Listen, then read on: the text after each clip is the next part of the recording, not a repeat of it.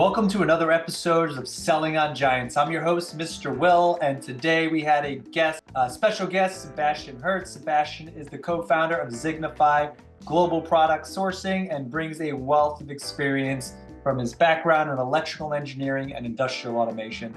Having lived in Asia for 6 years and running a successful Amazon business since 2014, Sebastian has a unique perspective on the e-commerce landscape. In this episode, optimizing cost and managing supplier relationships in e-commerce, Sebastian will share his strategies for effective product sourcing, managing supplier relationships, and optimizing cost. We'll also delve into his extraordinary journey from Singapore to Germany on a motorcycle, spanning 38,000 kilometers in 240 days, alongside his wife, Yulia, all while raising funds for children in need. Let's dive into the insights and experience with Sebastian. Hey, Sebastian, thanks for being with us. The first thing I want to do is I want my audience to get to know you a little better. So you have a fascinating journey from electrical engineer and industrial automation to co-founding Zignify Global Product Sourcing. Can you share how your background and experiences in Asia have influenced your approach to product sourcing and e-commerce? Oh, fantastic, Will. Wow, that's first of all, a great introduction. Thank you so much. And really a good question, right? Straight from I guess, I mean, you obviously prepared it, but you hit me right straight there. That's awesome. Well, long story short, studied electrical engineering in university, got a German diploma, a graduate engineering degree, and a bachelor on top because that one just came after it. And went into industrial automation, stayed with the company for 12 years, moved over to China and Singapore, lived there for 6 years in total, got to know my better half. And before moving from China to Singapore, I mean, I've been working like crazy before as well. In 2.5 years in my time in China, I did 7-man months overtime on my own will, unpaid. So I don't know why I did this, but in the end, I had like 3 weeks or 4 weeks off, and I guess I bothered the heck out of my better half. And she said, "You know what, Sebastian, it's time you go to Chinese class. So here's the school, go for that. And by the way, I found this podcast, maybe listen to this." And that was Scott Volker, The Amazing Seller. And I listened to this and I was like, that makes sense. And holy cow, I'm in China. I'm like, I can order samples like every day and get them same day delivery. Back then in 2000, the end of China was then for me 2000. When did we go to Singapore? 2015. I was in China from 2011 until 14. Yeah, and ordered samples like all the time and started my first own brand. And my wife has been doing all the time sourcing her whole life long. She's Russian, comes from the Russian-Chinese border. So she went to university. It was like super fast done. I think like the age of 17 or so, or 18, impressive. Or somewhere around there. She was done with university, British university inside China. And then she went into sourcing. And I was like, she always asked me, "Hey, shouldn't we do this together?" I was like, "Nah, you can source some products for me for my brand." And later on, we went on well, after Singapore, we left this, we did on a world travel, went on a motorcycle and drove home to Germany in 242 days, working full time, everywhere better internet than in Germany. And later she got me into, it's like, "Sebastian, don't you want to join?" I was like, nah, you do your sourcing, I do my brands. And the one thing that you cannot win or that you cannot do against women is What's win. that? Yeah. You sound like a guy who's been married for a little bit. We're not married, but we're together for 11 years. And believe me, Zignify by now has 60 plus ladies. It's all women, fully female e-com power or a female powerhouse of the e-commerce industry. And I'm just a small support wheel. I mean, I'm standing here not against, but with 60 ladies. And that's a lesson. That's a lesson, not only from my wife, but from the rest of the team, of course. Man. No, we but have a saying in the U.S., behind every great man, there's a better woman. So there you go. You just happen to have 60 of them. And there's always a saying behind a great man is always a strong woman, right? And I couldn't agree more. I mean, my better half is strong, and the whole of our team is. I'm now standing, I don't know, in front, behind them. It's an amazing journey for sure. So before I go in a little deeper, because 240 days on the road, still working full time, and the experience, it must have been next level. Do you mind sharing like one of your most memorable experiences on that road trip? Sure. I mean, anybody. Let me, let's not necessarily talk about sourcing, but talk about like business life and how you can grow it. And I mean, I think one of the things I was actually I heard it through whatever hidden channels or so that I was considered a high potential in the company before where I was employed, ABB, a worldwide industrial Oh automation yeah. leader. Um, and everybody was like, I would never believe that I would leave ABB. I mean, I was working obviously day and night. I was on fire. I loved it. It was good. Industrial automation. Yeah, let's go. Work, work, work. And later on, I left. And of course, I had a lot of doubts. It's like, should I do that? And it's like, I've been building the business on the side. And there always came those signs and telling you, it's like more and more sales and more and more sales. And a long story short, all of a sudden, from doing like no sales, I went to I think it was somewhere close to like $7,000 or $8,000 revenue in one day. And I was like, okay, that's the last sign I need to resign. And when you do this in general, before you start, and you do have the belief you do want to go and travel, it is possible. You can live, you can build your business, and you can do this pretty much anywhere, of course, in the world. Most memorable, I guess, is of course the journey itself. One of the things that maybe most memorable was to me that I think I worked too much on the travel actually, rather than enjoying the travel so much. So that's definitely as a lesson learned, but maybe as a positive thing, seeing all those countries, seeing all those cultures, being in Mongolia in the desert or in the steppe and seeing the dead horses and cows and being there in one of the yurtas and living there, dropping the bike in the middle of nowhere, having to ride with a nearly broken leg 13 kilometers or like about 8 miles through heavy, heavy, heavy terrain with a wife on the back and a whatever, like a 800-pound motorcycle. Um,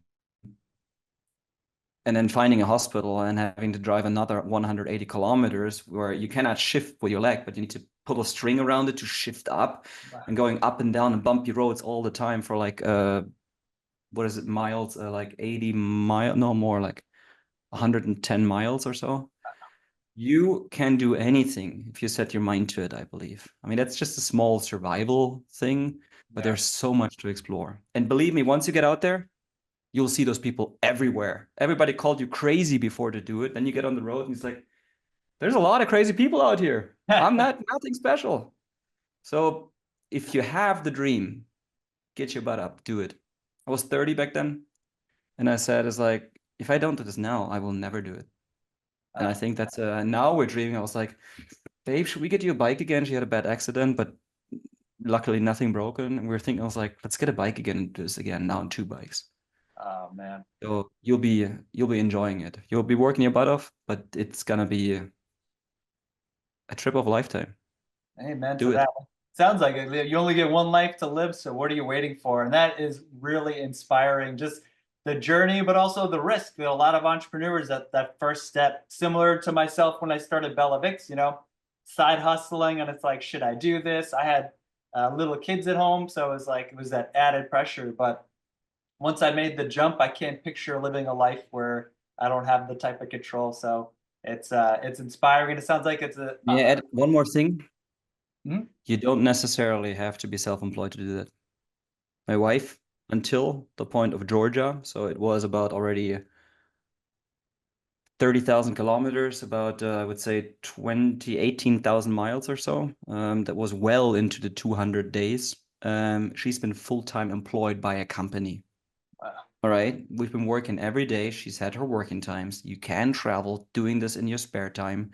If your company allows you, for example, to do remote, she has been fully like 200 days remotely working for a company being employed. And that was okay. So you don't necessarily have to start your whole own business already and be all afraid of everything. She is living proof of being able to do that while working for a company. That's a beautiful thing too, and it's the future of white collar work. I'm gonna say. I think a lot of people can get away with it. And we actually had an employee who did the I forgot, but it was like he did like all the way around on Europe. So he went from Macedonia all the way to Spain, and he took a bus. He took this Nice. bus and he put solar panels on it. He connected Nice. internet, and he still worked. He had his work hours, and he would work, yeah, do his thing, and then on the weekends he would just share these like beautiful pictures of him on mountains and like in these valleys. And I was uber jealous, but I was super happy for him because it looked like a once in a lifetime experience. And he had his girlfriend at the time, which is now his wife, and you could tell they were really enjoying themselves. So gotta And love it. that connects you. if you have a person who does it, if you have a wife or my better half sitting on the back for 242 days going through through hell and anything and troubles and slight accidents and anything, that connects you together. That's insane. I believe it. I believe it. All right, so let's jump on to our main topic. Sebastian's here to talk about sourcing products, pricing, and profit optimization. And I'm really excited to have him here. So my first question, and I promise I won't throw any curveballs right off the bat, but what are the top 3 factors you consider when sourcing new products for clients? Definitely getting enough quotations, proposals, because you need a leverage of having enough quotations to be standing there strongly and self-confident and start negotiating. Of course, maybe looking into alternative markets. When it comes to existing products, do not underestimate the power of resourcing your product. This is an absolute profit machine or a profit optimization machine, especially when you sell a lot. Just imagine you sell 10, 20, 50,000 units of a product and you save $1, 2, 5, or only 50 cents. That's a lot of money. Quality control definitely is one of the things you need not only to do for your samples, but please, please, please, please do this, of course, for mass production, especially the first few ones that you produce with a new supplier. And be persistent. Give it time. Don't give up. I think the third thing that I would love to give out or say is like, when you start sourcing, when you start approaching producers, you're not buying, you're selling, because those suppliers, they exist without you. They don't need you. Sorry to say that, but they do not need you. They're out there, they exist. They're lucky that some other request from you comes in, but they will also well live without you. So you must convince them. And I always say, give them also a positive but realistic outlook into the future. Why should they get up and write a quotation for you? That's work. Why should they think, it's like a 50 units? Why should I get up? I don't make any money on 50 units. Why should I give out a quotation? You only want to compare against China anyhow. And have you built a business before? Do you have experience? If you can show all of those things and you convince them, so that is why I'm saying you're selling in that moment. The idea of them working together with you. You must convince them, or we must convince them for you, to please give a quotation. China is a very typical market. I usually say is like, you contact 30 people or 30 companies, you get 29 answers, 28 prices, and all of this you got yesterday. The Chinese, they really know, of course, about selling, and China is good, is a great market as well. It has a lot of negative things like anti-dumping tariffs, long shipping routes, and everything, of course, as well. But look at that. I mean, I'm German, so I'm allowed to complain about the Germans over here, old white men not wanting to give a quotation. And, so, oh, we've never done this, and I have my 2, 3, 4 clients. Oh, why should I do that? And changes more. No. And then they ask, why did China and how did they overtake us? Well, you know what? They're hungry. They're wanting to go. They're ready to go. So whenever, bring patience as well. That's a good one. Bring patience. I think that could be applied across all businesses. I'd love to jump into because this is you laid out a whole bunch, so I want to dive a little deeper into a couple of these. So I'm actually going to start with when approaching, you're selling, not buying. That's actually a really interesting concept that I never really thought of. So let's play a little role playing. So I'm a new brand. I'm a marketer. I have a little bit of experience, but I've never built an empire. And I'm going to come work with you to source my product overseas. Let's just say it's a widget like everybody else. What does that selling look like? Like, do you email? Am I getting on phone calls? Like, how do I sell that? The first thing is, like, if you say a widget like everybody else, stop that immediately. Please don't. There's too much. I started 10 years ago building the first brand, and it's all like Me Too products here, like blocking cards. That's one of the cards that you put into, well, so much competition out there. The prices just went down. I used to sell it for $15 a piece. Now we're at like $5.70. It's a lot less fun. Make something that definitely has something outstanding in USPs where you're better. Those times of just massively selling products and just throwing anything on the market and will work are over. Why? Lots of competition, and lots of competition directly from China, also on Amazon. Amazon is proactively bringing producers onto the marketplace, trying to skip out, of course, all the white label brands. Yeah. But if you're selling, if you are Also building your own web shop and stuff. I mean, there is less competition. You may still fly with a standard product. But again, when you have a product, the thing, I mean, I give you an example to suggesting how I would do it or how we do it. So if you want to do this on your own, if you go to China, we usually have, from our experience, we target to find about 30 potential producers. Why so many? Well, in order to get, of course, to check out, we may find a lot of them, they may not produce it. They may have new products or weird prices, or maybe a trading company and you kick them out. By the way, get rid of any trading company. You always want to go to the source because you do want to find your products, of course, for the best price possible. We don't need anybody in between who moves boxes and holds the hand open for 40, 60, 80% for moving boxes or making big boxes into small boxes and shipping them out. Useless. So trading companies, unless it's for different reasons absolutely necessary, get rid of them. Be patient, be friendly, and now again, paint them a positive but realistic picture. If you've never built a business before, of course you can't. I mean, you can go in and say, fake it till you make it. In terms of like, I've built a business already before, we're already selling 10,000 units of this and that. That's a similar product to what you have. Of course, this is a story that helps them understand, okay, so they're selling products already in a similar term. So when they come with the next product, okay, that may, of course, help, and that may, of course, that may become realistic. So they're not just full of crap and dreaming. But on the other hand, if they find that out one day, why should they trust you again? You've lied to them in the first moment. Don't do that. And believe me, they'll check you out as well, especially when it then comes to production. And if you give them over realistic or over positive results in terms of, expectations in terms of you're going to order 20,000 units in a year and you'll end up ordering 2,000, they'll say, sorry, Will, we agreed on different prices, but I mean, you're not ordering what you have. So please deliver and show that you ordered that much, then you get those prices. That's why, of course, MOQ negotiations and price negotiations.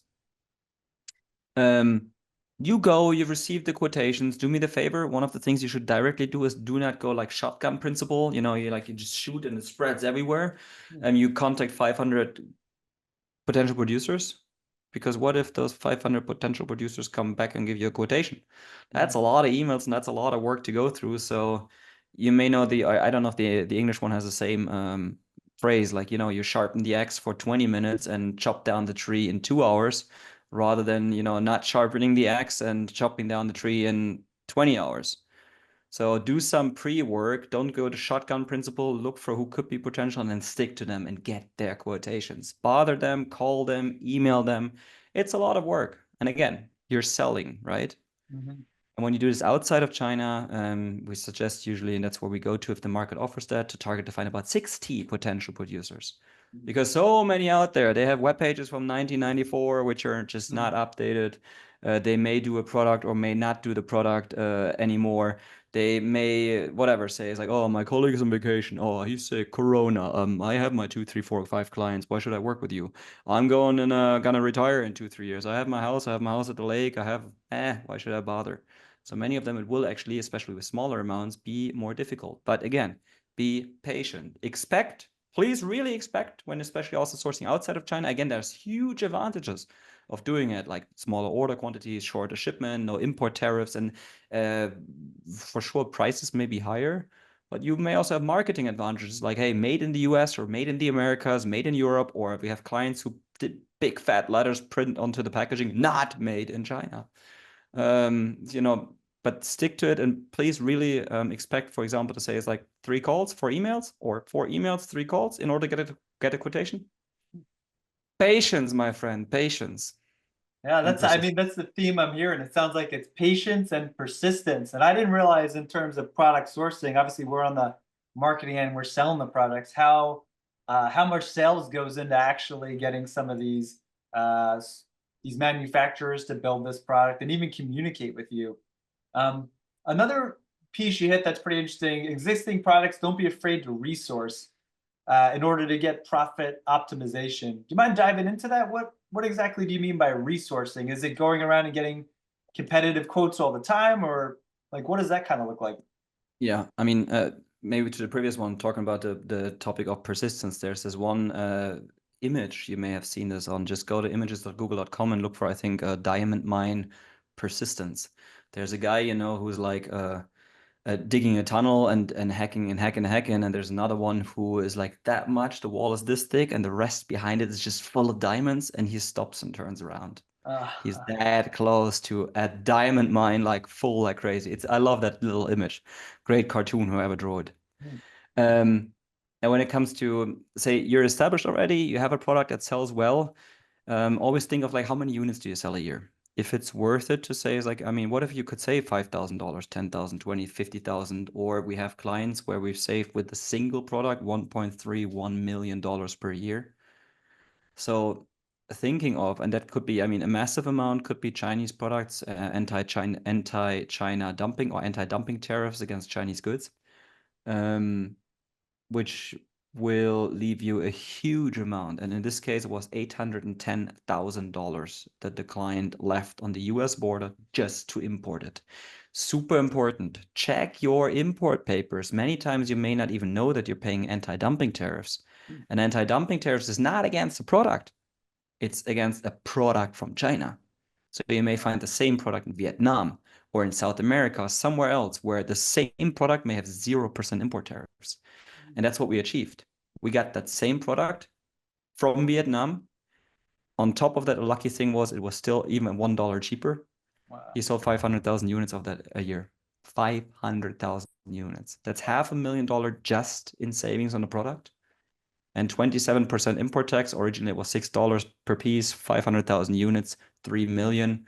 And that made $810,000 import tariffs. They were gone. Zero. Just because it came from Vietnam, neighboring country. Insane. But now also for smaller amounts. I have a client of ours right now, actually by now a very good buddy. He used to buy products from an importer into Europe, so he didn't need to handle with all the products, and he was profitable when selling it for $6. Buying it for $6. Actually, it was 2 products, but long story short, we combined them. The second product actually came for free. And the first product we reduced from $4.80 down to 21 cents. 21 and he cents. only sells 5,000. Yep. Because we went to China, opened up a mold, and produced it ourselves rather than from importer. And he saved like $5.89 or so per product, or $5.70 or whatever it was, on a product times 5,000 units. That's $27,000, $28,000 just savings on a product. And the second one came in completely for free. He also sells 5,000 units. And that happens like over and over again. If you spend, I mean, let's just assume you look at your product, and as soon as you spend, let's say, $10,000 in a year, or $50,000 in a year, or 100 or even more, what would it mean to have 10% savings, or 12%, which we achieve quite often, or sometimes, I mean, with this case, I think it was 96 point something percent of savings. Not the everyday business, but look at your best sellers. Calculate how much you spend on them, how much do you order a year. What if you get 10% cheaper? What does that mean? You can take that money then also to buy yourself the top left spot. I hope this is not a left side, top left showing. The #1 advertising spot. You get a product for cheaper.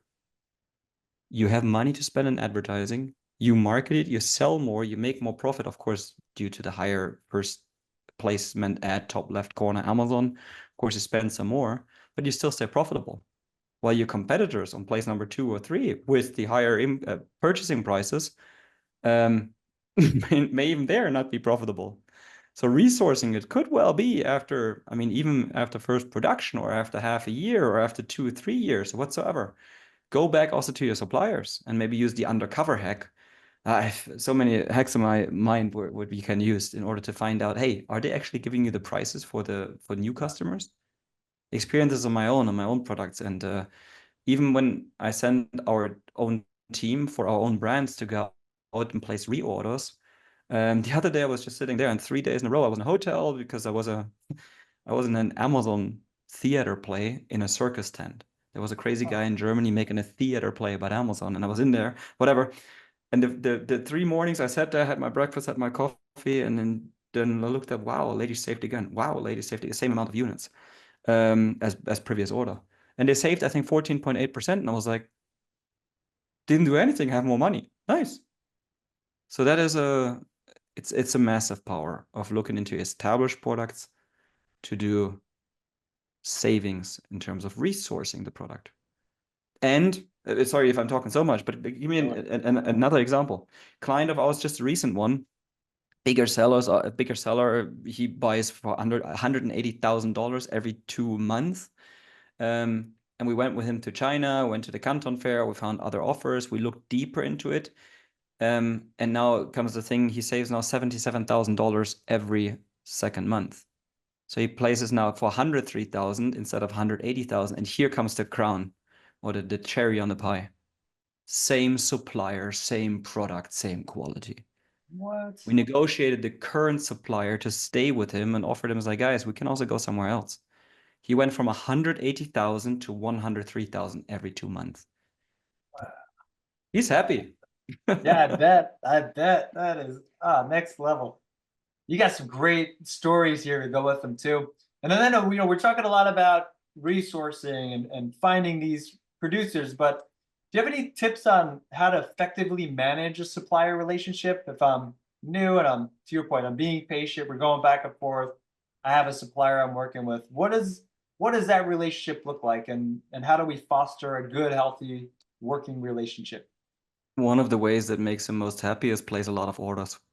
But on the other hand, I mean, and if you guys haven't seen China, we do sourcing trips to China, we do guided tours to China, or just fly over to China or wherever the country is, go visit your supplier. Maybe even a simple thing, you know what? Have a call with him the same way as we have right now. Have a video call and chat with him. And yes, talk a little bit about life and family and private things, because mostly you may not work with the owner itself. You may work with a sales agent, but building relationships in between, it's still, if you have interest also in them succeeding. And that is why I always say, please always stay ethically correct. Do not make them your slaves. Do not force them down with the prices and anything. And why? Just imagine you want to build a business, and so do they. So when you talk with them, just imagine, I mean, they have a family. They have a dream of building a business and becoming rich, of course.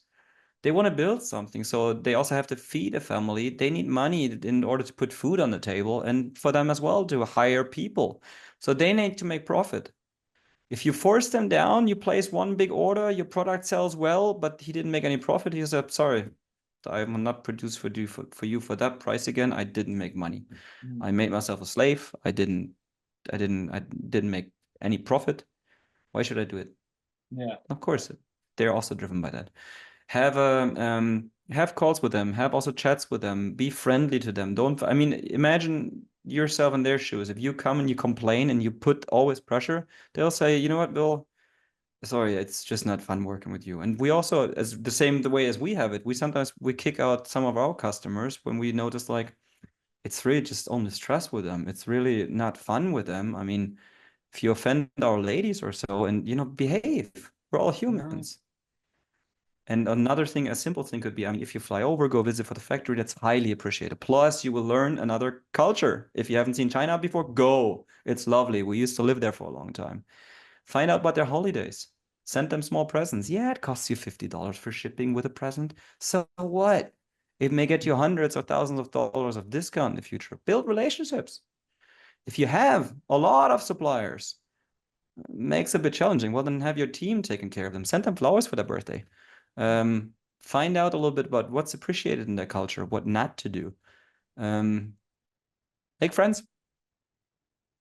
Sounds pretty basic too, like any other business. It's just meeting people and doing the right thing. To your point, being ethical and being responsible. And some of this sounds like no-brainers, but obviously it sounds like in your experience and the manufacturer you work with, they've had people who are unpleasant to work with and try to crush them with prices. Sure. So a lot of this really resonates. I mean, so much in life is about another great book, I think, was Joe Polish, What's in It for Them. Whether it's sales, whether it's we earlier talked about books, and I love to read, and now more and more audiobooks and anything about business. So great book there as well. Always focus on the other side. Why should somebody do that? Understand their motivation, whether it's your employee, or it's your supplier, or it's your boss if you're still employed, or it's your wife. I mean, why should my wife make me dinner? Or weird example. Or I mean anything. Why should she do this? Why would he do that? What's in it for them? one of the, I think, biggest question, I actually told some of our ladies to say, take a piece of paper and literally, I mean, this is a really good exercise. Take a piece of paper, put it down and write on there, what's in it for them, and hang it next to your laptop or your screen. More you focus on this is some of the biggest things, I think, some of the biggest lessons in life that you can have when it works, when it's about working with people. Whether sales or purchasing, doesn't matter. You need to have the best positive thing for the other one in mind. I mean, what's the difference between just an average business and a great business? It's that customer-centric experience, and what's in it for them. That's something you should always be asking as anybody who's in the customer service space. So, really What does resonate. Amazon want to be? What's that? What does Amazon want to be? The customer most friendly company in the world. Yeah. They're succeeding somehow. Yeah, I They're think pretty they're good at doing what pretty they're doing. good. Too good. Yeah, some would say. Awesome. Well, on that note too, so you mentioned, we're resourcing, we're reducing some product pricing. We also go out and get competitive quotes, and occasionally you come back in and you check to make sure you are getting fair prices for people that you currently have relationships with. Mhm. How do you balance cost and quality? So, like, I'm not going to lie to you. When you said, "Oh, I managed to get this person from $4 and 20 something cents to 21 cents," and for me, I'm like, I wonder how that affects the quality of the product. So, do you mind kind of talking about how you balance between cost Yeah, savings? it's very simple. Let me see. It's like it's 4 words: same or better quality. Uh, That's the condition. I mean, you don't want to sacrifice your quality. Imagine you have your products up, and I mean, okay, yeah, no, I would never risk, negative reviews. If all of a sudden your product quality goes down, whether it's ingredients are missing or something, people will discover that. I mean, look at all the big brands or so. When people are complaining, it's like, oh, quality went down, oh, sizes went down, oh, customer support not good anymore. Hey, that was a great brand, now it sucks. Don't. The thing is, like, in most cases you will succeed with, I mean, in almost all of the cases, we find cheaper production or negotiate better terms. And another term could also be not only the price, but having lower order quantities, having faster production times, being preferred in the production lineup whenever you come.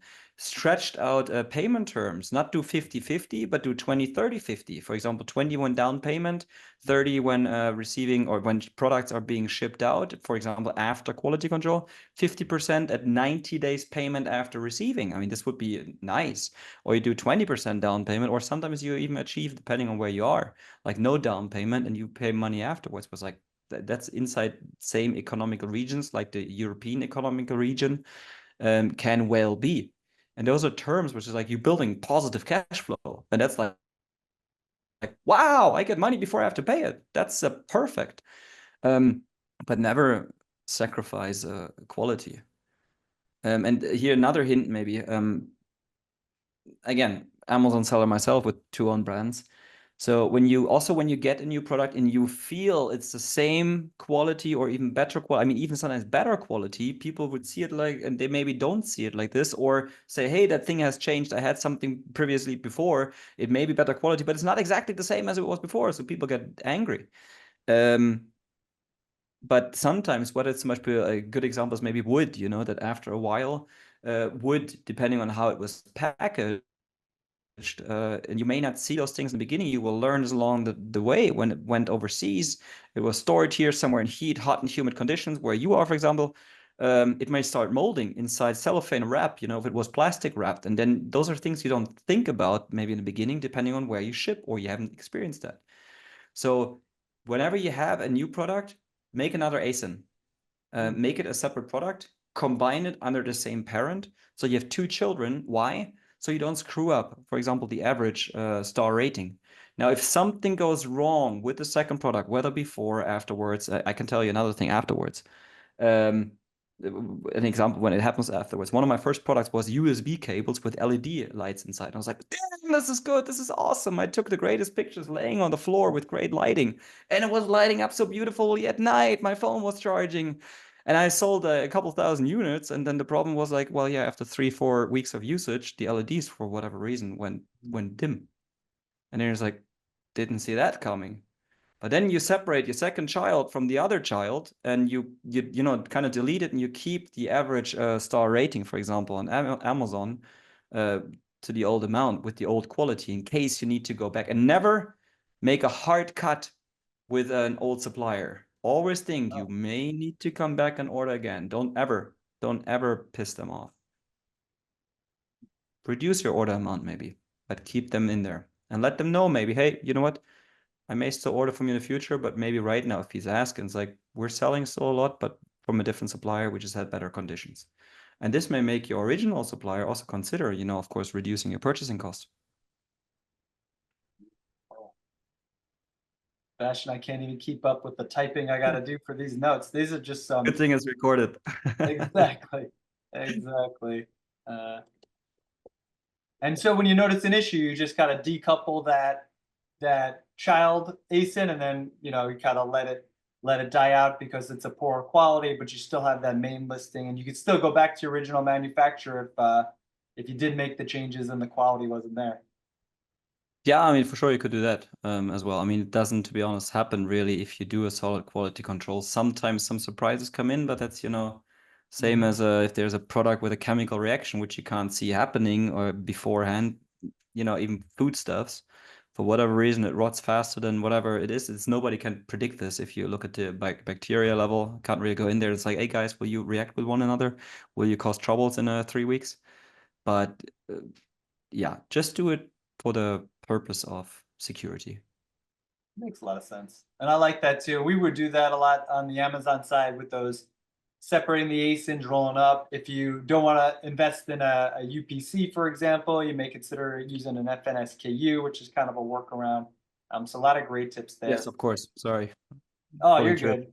You're totally good.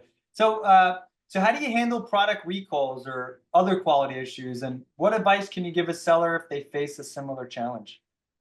When you have issues, for example, in the quality, I mean, this is where it becomes important. You know, you don't get products. You don't make the final payment before quality control done. So you go in, you check the products, and only then you release the rest of the money. Otherwise, you won't get your money, of course, back from the supplier. I once had a very, very tough issue myself also I faced with I had wallets made out of wood which are like exactly the size of cards, and I ordered them many times, and I was like, okay, it worked well, fine.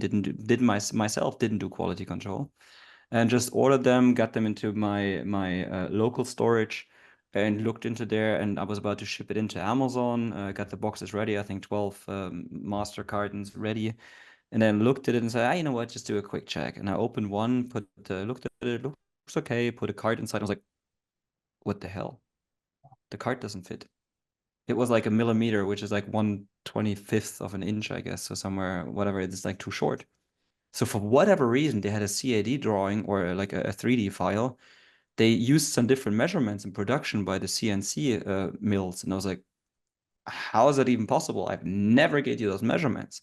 So I opened up the boxes, and it was like 900 units, and all of them had the trouble. And I was like, luckily I found it like before sending it to Amazon, because that would have just been 900 negative reviews.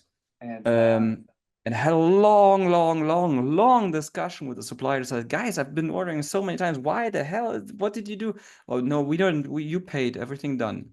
And I mean, we agreed with, shipping the stuff back. What was it? I paid for the shipping back, and they reproduced the products then and then shipped them back. Whereas, like, I mean, even this, I had to pay for the shipping. Whereas, like, you guys screwed up.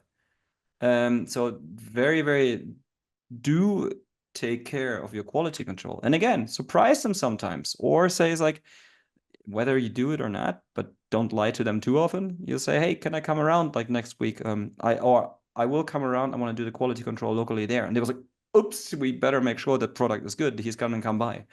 They're gonna make a quality control test, or a quality control. And if that's not right, well, we don't get our money. So make sure you get good quality. Nice. Some solid tips. To be honest, again, also, if you're working with them, they still don't need you most of the cases, I guess, unless you're a super huge brand. They sometimes may also say, let's quickly produce it. There's whatever, 900,000, 2,000 units, smaller customer, let's just do it. And if you break away, meh, okay, I have so many other big ones. Always think, how important are you to them? in not many cases vary. And it's amazing too. It's like how much psychology kind of goes in the air. It's like, what are they thinking? What are their motives? Kind of what what you alluded to before. It's in it for them. Yeah, what's in it for them? Absolutely. So we covered a lot, but what are some common mistakes you find that e-commerce sellers make when it comes to sourcing products that they end up coming to you for services? Again, not having the time for searching for enough quotations, or not looking for enough quotations, not knowing where they come from, where to find manufacturers all over the world, how to communicate with them, not knowing the language. It does, by the way, help massively. If you know a local language, if you speak Spanish and you want to produce in Mexico, it helps a lot. If you speak Portuguese and you want to source in Brazil, or if you speak Polish and you want to get it from Poland because it's a wooden product or whatsoever, it helps a lot being a local, because you're being very well, or much more accepted, and you're like one of them. So, oh yeah, I'm gonna give you a quotation. Or just not knowing how to negotiate, or again, not knowing where to find the suppliers, or simply being too lazy, which is on the other hand, I find by now a smart thing. Because another book, like we said earlier before, I think is it Dan Martell, Buy Back Your Time? When you start realizing it's like, hey, it's good to do the sourcing on my own, and you should please do this a few times on your own. Go through it. Go through almost every process on your own. I never did bookkeeping on my own. I really hate that stuff. But go through every process and until you understand it. And then there will be one day, there will be a switch in your brain that will tell you, you got to focus on RGAs, revenue generating activities. I should be doing sales and marketing and maybe bringing more products, and look where I can sell more. That's one of the major things why most of the startups in general fail, is because they can't sell. So when you're ready for that step and you can afford it, get somebody else in there, whether you hire them internally or you outsource this. To us, of course. Kidding. But I mean, in general, like you give this to a sourcing company, and you see all those admin things like bookkeeping. What's the benefit of me doing bookkeeping? Is it really worth my time? Is sourcing for my own brands really worth my time, or should I be focusing on growing the business? So look into those things. And I think those are mostly the reasons that when people have grown up, or resourcing the product, saying, hey, I have issues with my profitability, or I'd like to make more profit. Well, who doesn't? Then to say, you focus on building your team, you focus building your company, you have somebody focus on optimizing the purchasing cost, same or better quality. I like that. I like it too. I forgot what I was reading, but something along the lines too of like understand what your hourly worth is, and if you could hire a bookkeeper for $22 and you're charging $150 an hour, that's how much your time is worth. Then it makes sense that your $150 an hour should not be invested in bookkeeping. So I like what I hear. Revenue generating opportunities is definitely the best way to go, especially if you're the business owner. Yeah. I mean, if you're not good at that, well, then you know what? Hire somebody for it. Yep. There's a lot of entrepreneurs who are startups, who are technical, who are doers, and that's, I think, one of the biggest challenges. I'm again electrical engineer, so I am a doer. And that a long time. If I wouldn't have had my wife, we'd still be like the two of us. She has the MBA. She's much smarter in terms of hiring through people, working through and with people. And making this switch of letting go, trusting others, growing, and to say it's like, okay, I need to focus on other things I can't do, even though it's fun. It's in my comfort zone. Yeah, I like it. I like doing that. So why shouldn't I? No, you shouldn't. Because that's really probably not the point of growing your business. And if you want to sell, again, majority of startup fails because they don't know about sales and marketing.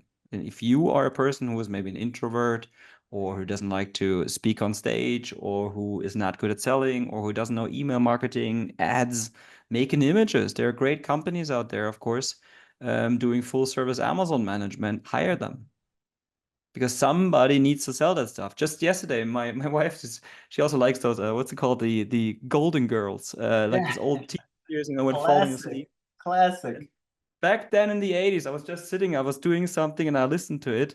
And one of those Golden Girls back then, said it's in there, and I repeated immediately. It's like, somebody wants to move a product and they gotta have exposure. And I was like, babe, if somebody wants to move product, they gotta have exposure. So it was such a nice thing, It's like, look, they knew it, of course. I mean, they knew it all lifetime in the world long, but the 80s grandma tell you, if you want to move product, you got to have exposure. Amen to that. And if the Golden Girls are preaching it, it must be true, right? I think we owe them a lot of money. They I deserve a think lot. so. I think so. Well, this is Nice. really awesome. You've shared a whole bunch about product sourcing and resourcing and profit optimization. I don't think I could take notes fast enough, and I know our listeners got just jam-packed with value. Now I want to talk about Zignify Global Product Sourcing. You've shared just an absolute ton of case studies, and what I love about our conversation so far, it's been like every recommendation comes with some type of experience, whether you as a seller or you working with sellers to help improve their business, sourcing products. So this has been really great. But just for our seller or for our listeners who may not know about what you do and about product sourcing, can you explain about your core services and how they're unique to the market? Sure. I'll challenge you maybe a little bit, or the listeners in here. I have like slides with 30 plus hacks. So if Oh. anybody wants to hear some more hacks, I'm a person who loves to share, who loves, to give out all the secrets. I mean, there's all the secrets, but there are no secrets. It's just about doing, doing, doing. So if you need more hacks, if you want to hear more, I mean, I guess let Will know. I'm happy to come back and give more of those hacks, and we'll prepare maybe a list of the top 5 or so. We just go in and it's like, how can you optimize your profit? I love that. Sorry, I can't stop it. You know what? Can I give you 4 like profit optimizations besides sourcing? Yeah, let's do it. All right. One of the things definitely is a PPC. We all spend way too much money on PPC. If I look at my own numbers, I'm guilty myself. I spend way too much. I have not automated. I do not have it optimized of my and didn't kill the money eaters or the profit eaters of keywords. Have somebody looking in there and optimizing it. I have a team now, of course, of a partner company looking into it, and they're optimizing. And it's like, look, there were those $2,000 which I didn't have last month. Fantastic. Another one is reimbursements. If you want to share links or so as well, like, for example, I'm a person, I usually get the biggest discount and bonus codes from all of the software and service providers out there just to give value to sellers. Whether we get an affiliate or not, I always tell them, it's like, I don't want no affiliate fee. Just make more bonuses and make more discounts for all the sellers. So we have, for example, with Getida, I don't know if you know them, like a $1,000 or $2,000 the $2,000 discount I'm not allowed to give out publicly. Feel free to contact me if you're a bigger seller. But we can, for example, give like $1,000 discount. But it doesn't matter. But now, Getida, the thing is, Amazon loses and destroys products. Yes, they make them, they break them, and they don't tell you about this. So a smartest and simplest move is, you get one of the reimbursement systems in there, and the reimbursement will, they will look into getting the money back from Amazon. And what they say is like 1 to 3%, for example, is what they recover of revenue per year, which doesn't sound a lot, but if you break it down, like $1 million seller, 10% profit is $100,000, and if they get 1 to 3% back, that's $10,000 to $30,000. And all of a sudden your profit moved from 100,000 to 110 or 130,000. That's like 10 to 30% profit increase. Again, we have a code here. If I'm sorry, I didn't ask you this before. If we can, but if this brings value to your listeners, happy to share it. If not, contact me. I'll give you the content as well, or I share the link. Absolutely. So everything that Sebastian's referencing will be in the show notes. We can use his code, and we are actually a proud partner with Getida. We've actually had Yanni on the show. We, hands down, he talked a lot about the reimbursement, so we could definitely get behind that. And everything Sebastian references will be in the show notes below. I was wondering if he's gonna block me out or beep me out later when I mention any company name. Again, very close with them as well, and we know the founders and so on. And another thing is, I mean, obviously the purchasing, the cost reduction of your purchasing, well, your purchasing cost reduction of your products. And reducing the import tariffs, the anti-dumping tariffs. Now, and the third one is, for example, FBA fees. When you have your product and you're selling on Amazon or anywhere else where they do a fulfillment service for you, it all depends, of course, on the size of the product. So now, target for me, this is one of my products, is always what I had in mind is that I take my product and it should always fit in the smallest envelope. So in the smallest envelope, why? Because if I send them out myself and they fit just right perfectly in there. To have the cheapest purchasing cost, to have the cheapest shipping cost, because usually you pay for the shipping, right? Yeah. None of the buyers usually want to pay for shipping, so you always do it for free. Okay, but now here comes another thing. Go check out, if you're selling on Amazon, FBA rate cards. You will see what size and what weight does your product have and what is the charge. You may be just above the border of one FBA rate, and there you may, what is it? You may pay $2-3 unnecessary more. Reduce it. So what we do, of course, as well, is a lot of packaging reduction, size reduction, and this once optimizes your purchasing cost. Optimizes your FBA fees, storage costs, long-term storage costs, of course, as well, but also the international shipping, container costs, and everything. Yeah. So you may agree if I say that this product or so in a box like this, I only have small products. 250 units fit in there in a small box, and I know a lot of you will be jealous and it's like, oh my God, you don't have no shipping cost. Let me tell you the following. This is now the real size of it, and it's about the size of a condom wrapper. I reduced it even more, and now we don't fit 250 units in there, but 3,200 units in a small single box. I don't care about air shipping rates. I really don't. Well, that's maybe also the benefit that I have of always doing air shipping, or because I'm sometimes also too late ordering and think, do I order this product or not? So that was another 4 cost savings that are somewhat related, of course, to sourcing or not. That's actually a great hack too. I know when I work with a lot of lunch brands, especially when they're new to manufacturing and sourcing products, a lot of times they send us samples because they want to get their partners on board and understand like the look and the feel, and for us, like what's the customer experience. And when my partner and I look at this, we're always like, how much air is in here? Because when Yes. we see air, How it's much like air how are you much shipping? wasted space.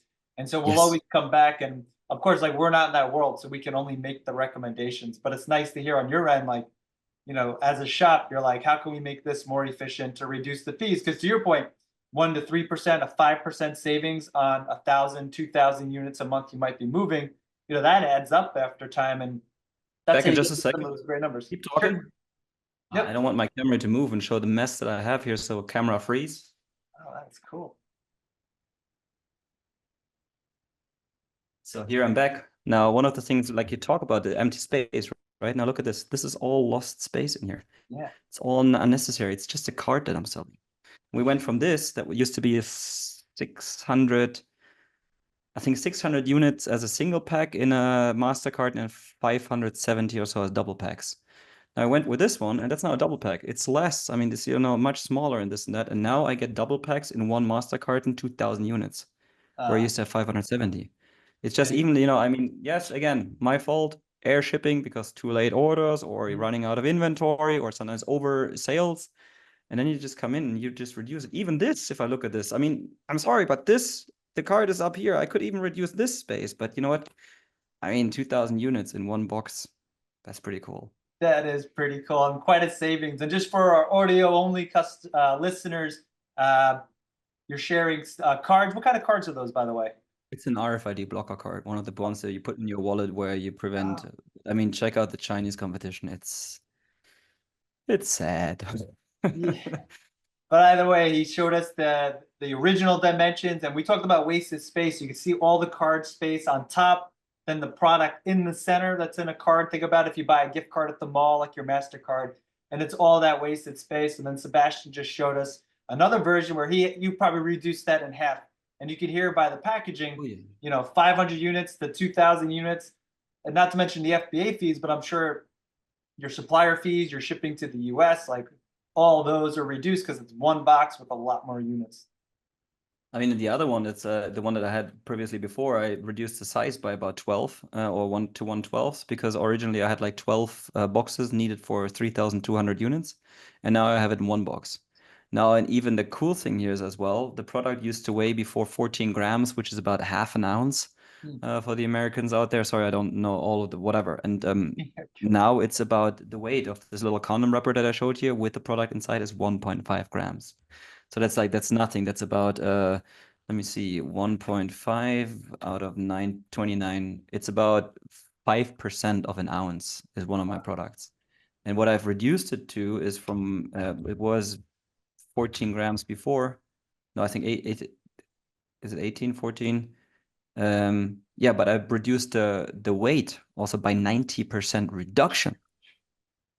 So that's insane, right? I mean, if you if you can reduce it that intensely. And in the beginning, you know, everybody would try to make like great product and packaging and this and that, and should go into the store. So that's why we need it bigger and larger.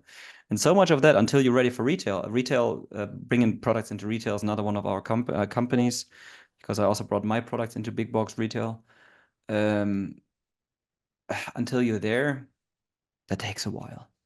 Reduce your shipping, storage, FBA fees. I mean, there's a lot of money. And look at your competitors. If you can optimize it, you have massive amounts of optimization. And since you asked, like, what do we do? Well, those are also parts of what we do: packaging, packaging design, packaging redesign, finding manufacturers for your new products or for the additional products, reducing purchasing cost for your best sellers, finding logistics companies, making product design, product research, niche analysis, trend hunting, anything that, you know, when you don't have an idea until you have an idea of the product, then you design it, you make it happen, you create it. If electronic design is needed, we've also done that quite a bit. Battery management design as well.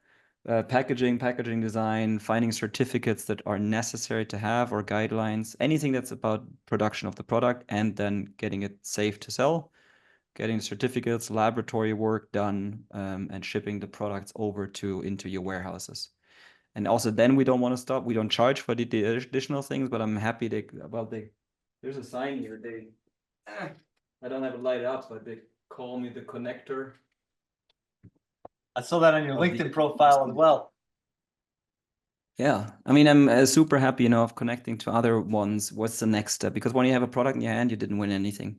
You only have a product in your hand. Now, again, who wants to move product needs exposure. You need great listings, you need great images, you need great PPC, you need good storage, you need good fulfillment, you need to good everything. You may need marketing, advertising, social media, influencers. And we have pretty much solutions for all of that. Through partners, and I'm super happy to connect to others for free. And whether we get an affiliate or not, I don't think I've ever received affiliate from anybody so far yet. But that's part of the business, right? We all want to grow. We all need to build our products and brands, and the only way, in my opinion, is help each other. Help each other achieve what you wanted, because you also help the producers achieve their life dreams.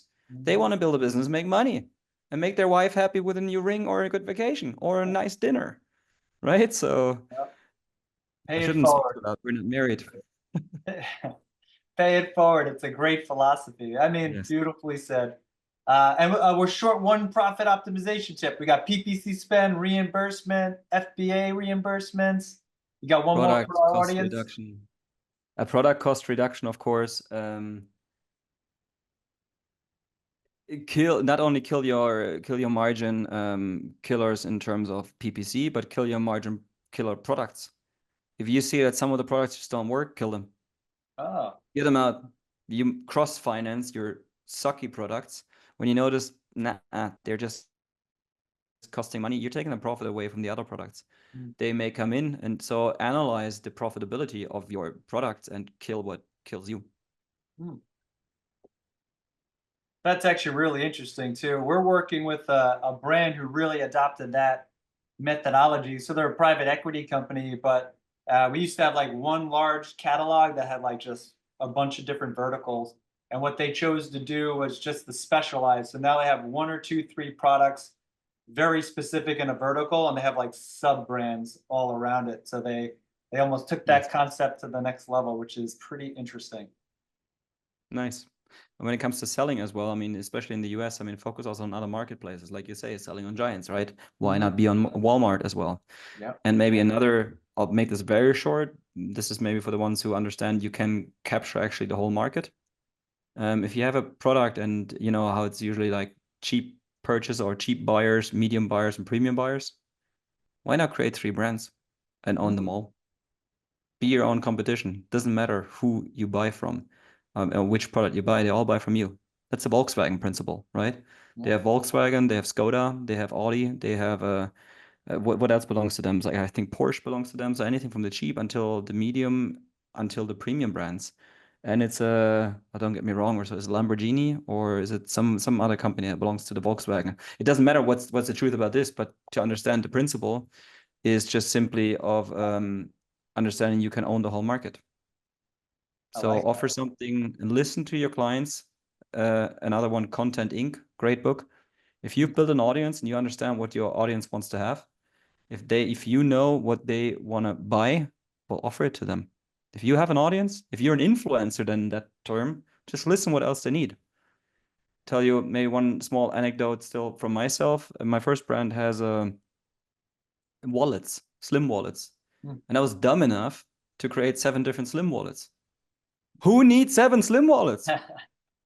I should have done 6 other products, umbrellas with it, maybe some backpacks or so, because that same customer can buy a lot of additional products. So what I've done is like 7 different wallets, and it's like, okay, I'm fighting with everyone, then I'm there, cannibalizing each other. And you think it's like, maybe I should have one good wallet and a lot of other products. Listen to your audience and find out what they also buy. And once you have a client, what's the return on ad spend? Or I think acquiring a new customer is 5 times as expensive as selling the same product or another product to the same client. Make your clients happy. I like that. Sage advice, sage advice. We have a tradition. My last question, Sebastian, and this has been jam-packed. I'm definitely going to have you come on again. We like to talk about the future of e-commerce and technology. And as you know, AI is all the hotness. So with the advancements in technology, how do you see the role of AI and machine learning evolving the realm of product sourcing and supply chain management for your business and other e-commerce businesses? I was thinking you're going to ask now how AI is going to change Amazon to automatically optimize your images or destroy them. Scared of seeing what's going to happen there. When it comes to AI in terms of sourcing, for sure this will have an impact. For sure this may automatically send out emails and or communicate with the companies. The problem is just really, business is done between humans. Yeah, you can use quite some technology probably in there. I have to admit we don't use much yet on our own because all that we do is human connection, is human communication, is what's in it for them, convincing, influencing producers to give a quotation. This may partially be done, but in the end, it's humans who take decisions, right? And who listen to and trust one another. Not sure that AI will really take over the whole purchasing, procurement, production, and all the processes. There's always humans to be involved. Unless, if AI takes over the world, then we're screwed anyhow. Yeah, Terminator, here we come. Yep. Awesome. Sage advice too. And I totally agree. There is a human element that just can't be removed. At some point, you're going to have the conversation. And it sounds like sourcing in general, and based on your experiences, I'm sure is similar to a lot of others. It's that relationship building. Once you establish a good relationship and you have a rapport with the manufacturer and you're getting fair pricing and good quality products, that you can't build that with AI. Like a robot's not going to be able to do that. Not yet, at least. So probably will learn with the language models and everything, but and may renegotiate and all of those things. But that's we wouldn't have 60 plus ladies in the company who do nothing else but, or not all of them, but a big chunk of them, to contact suppliers and communicate with them and bother the heck out of them to give a quotation in a friendly way. Of course, yeah. Well, awesome. Well, no, thank you so much, Sebastian, for sharing your valuable insights and expertise with us today. It's been actually an absolute pleasure getting to know you and all the insights you shared. Before we wrap up, please let our listeners know where they can find you and Zignify online, and if there's anything else you'd like to share with our audience. Thanks so much. Zignify.net, N-E-T, Zignify in the beginning with a Z, in the end with a Y. There's a book a call, or you can have a call, what's it called, like a scheduler, right? To just book a call whenever available. Or you find my wife and me or the rest of the team, I guess, of course, on LinkedIn, or part of the team at least. Easiest ways, of course, go to zignify.net and just book a call. It doesn't cost you anything. We'll explore and see. We'll hop on a call and see about the potential. If there is a way of, finding your products or the producers wherever you want them, whether in China or Mexico or Vietnam or other countries, or the US itself or Canada or South America, and or to explore whether there's a potential to save money on your products or your bestsellers and reduce that by maybe add another couple of millions to our $500 million saved. And I think, I mean, one of the things is when you do want to start a business, or maybe the thing to send you off with, don't give up. If you really want to build something, fight. If you really want to continue. If you say this is not your thing, get out and go back, be employed, and or hire somebody who does the things that you don't want to do. Read a lot. Look into all those business books, listen to audiobooks. You will learn so much. I wish I would have started this a lot earlier. I've been only doing this for like the last 2-3 years. And just keep fighting. Believe in yourself. Keep going. Winston Churchill, never give up. And you will fall. There is a phrase that says, we got to fail. We just got to fail faster. You will fail so many times. Just get up. And another, I think it's whether Chinese or Japanese, I think it's a Japanese phrase actually. Fall 7 times, get up 8 times. Just keep going. If you want to do something, keep going. If you can afford it, keep going. If you need help, keep going. Surround yourself with others who are like-minded, who want to achieve something else. Or if you're the smartest in the room, you're in the wrong room. Surround yourself with people who can help you, and always think what's in it for them. I think Joe Poller should pay me by now. Yeah. On that note, Sebastian, jam-packed, thank you so much for being on the show. Thank you as well for having me. Thank you for joining us on this episode of Selling on Giants. It's been a pleasure to have Sebastian share his invaluable insights on optimizing costs and managing supplier relationships in e-commerce. His journey from electrical engineering to becoming a co-founder of Zignify Global Product Sourcing, along with his remarkable motorcycle adventures, is truly inspiring. We hope you found this episode as enlightening as we have. Be sure to connect with Sebastian on LinkedIn and visit Zignify's website at zignify.net for more valuable e-commerce tips and updates. Don't forget to like, follow, and subscribe to Selling on Giants on your preferred platform.